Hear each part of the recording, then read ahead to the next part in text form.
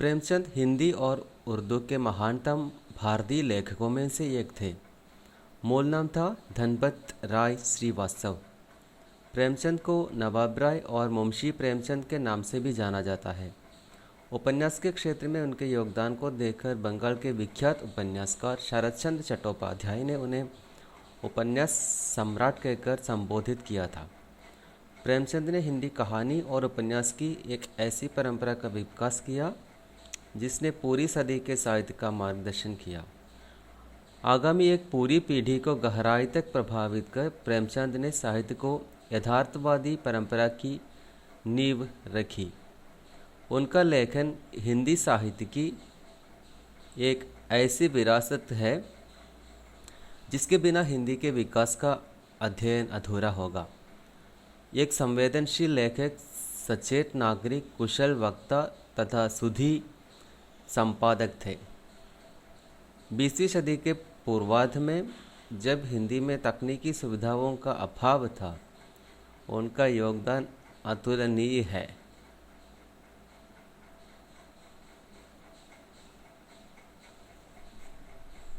प्रेमचंद के बाद जिन लोगों ने साहित्य को सामाजिक सरोकारों और प्रगतिशील मूल्यों के साथ आगे बढ़ाने का काम किया, उन्हें यशपाल से लेकर मुक्तिबोध तक शामिल है।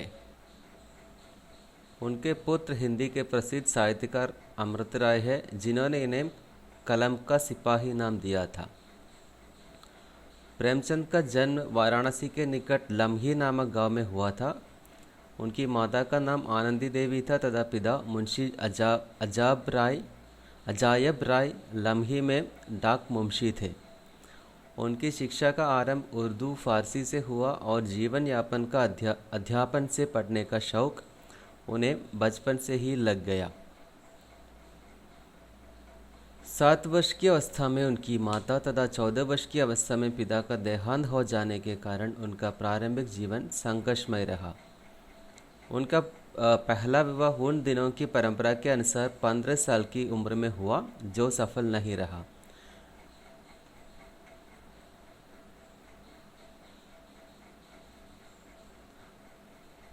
दूसरा विवाह अपनी प्रगतिशील परंपरा के अनुरूप बाल विधवा शिवरानी देवी से किया।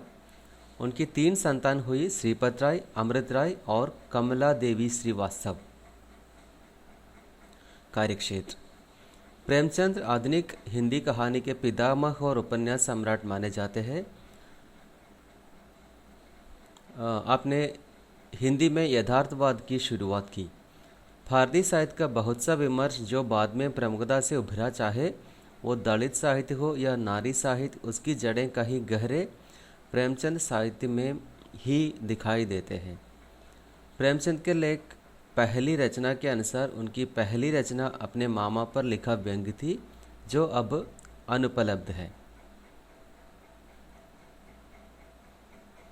कृतियाँ: प्रेमचंद की रचना दृष्टि विभिन्न साहित्य रूपों में प्रवृत्त हुई। बहुमुखी प्रतिभा संपन्न प्रेमचंद ने उपन्यास, कहानी, नाटक, समीक्षा, लेख, संपादकीय, संस्मरण आदि अनेक विधाओं में साहित्य की सृष्टि की।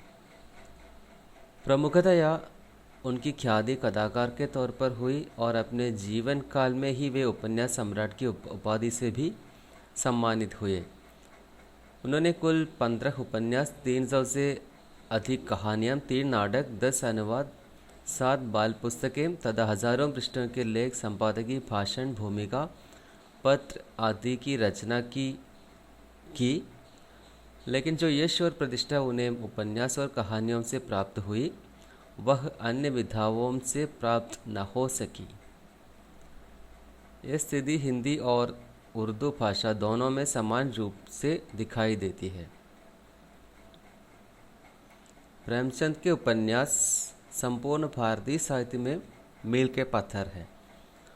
प्रेमचंद कथा साहित्य में उनके उपन्यासकार का आरंभ पहले होता है।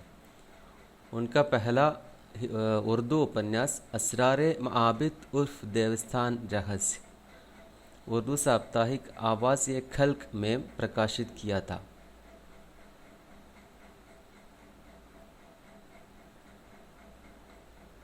उन्होंने सेवा सदन उपन्यास से हिंदी उपन्यास की दुनिया में प्रवेश किया।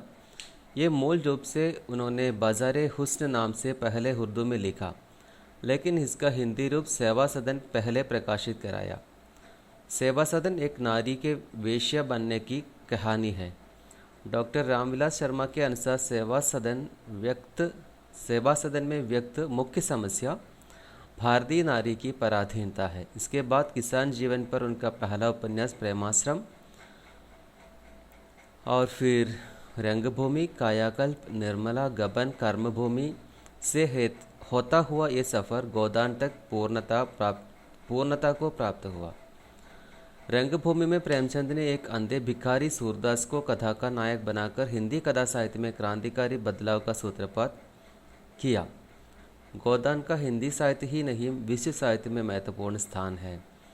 इसमें प्रेमचंद की साहित्य संबंधी विचारधारा आदर्शोन्मुख यथार्थवाद से आलोचनात्मक यथार्थवाद तक की पूर्णता प्राप्त करती है। एक सामान्य किसान को पूरे उपन्यास का नायक बनाना भारतीय उपन्यास परंपरा की दिशा बदल देने जैसा था। सामंतवाद और पूंजीवाद के चक्र में फंसकर हुई कथानायक होरी की मृत्यु पाठकों के जहन को झकझोर कर रख जाती है। प्रेमचंद के उपन्यासों का मूल कथ्य भारतीय ग्रामीण जीवन था। प्रेमचंद ने हिंदी उपन्यास को जो ऊंचाई प्रदान की, वो परवर्ती उपन्यासकारों के लिए एक चुनौती रही। प्रेमचंद के उपन्यास भारत और दुनिया की कई भाषाओं में अनुदित हुए। खासकर उनका सर्वाधिक चर्चित उपन्यास था गोदान। मंगलसूत्र प्रेमचंद का अधूरा उपन्यास है।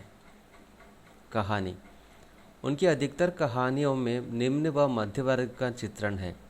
डॉक्टर कमल किशोर गोयनका ने प्रेमचंद की संपूर्ण हिंदी उर्दू कहानी को प्रेमचंद कहानी रचनावली नाम से प्रकाशित कराया है।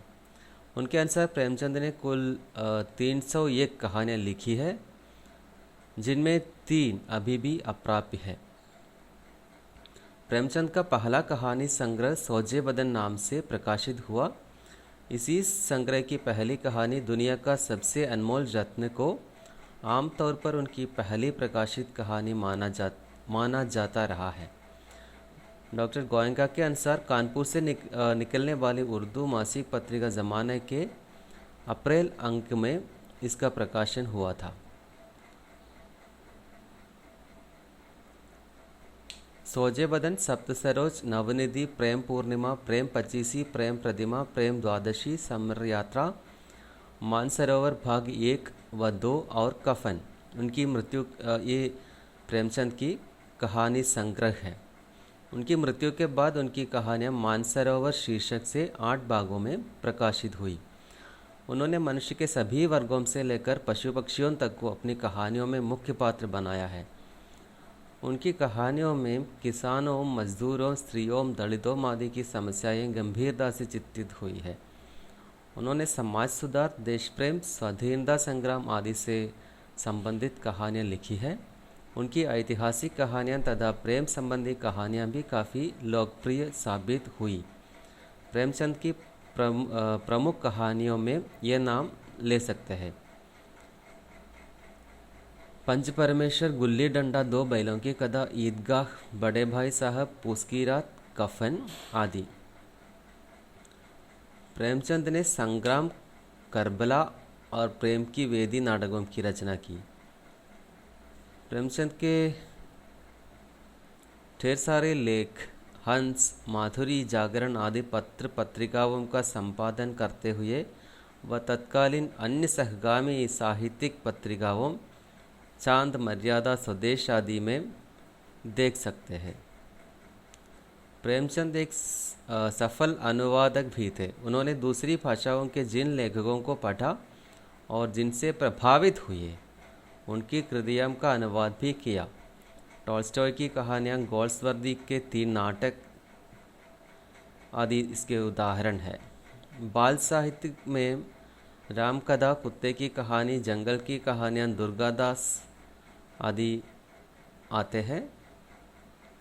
प्रेमचंद उर्दू संस्कार को लेकर हिंदी में आए थे और हिंदी के महान लेखक बने। हिंदी को अपना खास मुहावरा और खुलापन दिया। कहानी और उपन्यास दोनों में युगांतरकारी परिवर्तन किए। उन्होंने साहित्य में सामयिकता प्रबल आग्रह स्थापित किया। आम आदमी को उन्होंने अपनी रचनाओं का विषय बनाया और उसकी समस्याओं पर खुलकर कलम चलाते हुए उन्हें साहित्य के नायकों के पद पर आसीन किया।